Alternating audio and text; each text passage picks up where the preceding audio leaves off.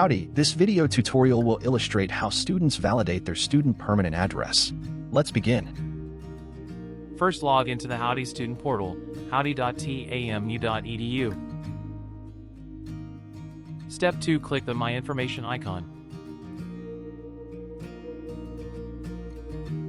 Step 3, located below the Overview toolbar, click Address on the toolbar. Step 4, review and make the necessary modifications to your student permanent address by clicking the pencil icon. Step 5, verify that your student permanent address is correct and has no end date as illustrated below. Finally, confirm and submit your address by clicking the check icon. Congratulations! You have completed the address validation process. As a friendly reminder, tax documents will be generated on or before January 31st, so it is urgent that you update your information prior to this time. Thank you! This concludes our demonstration of how to validate your student permanent address.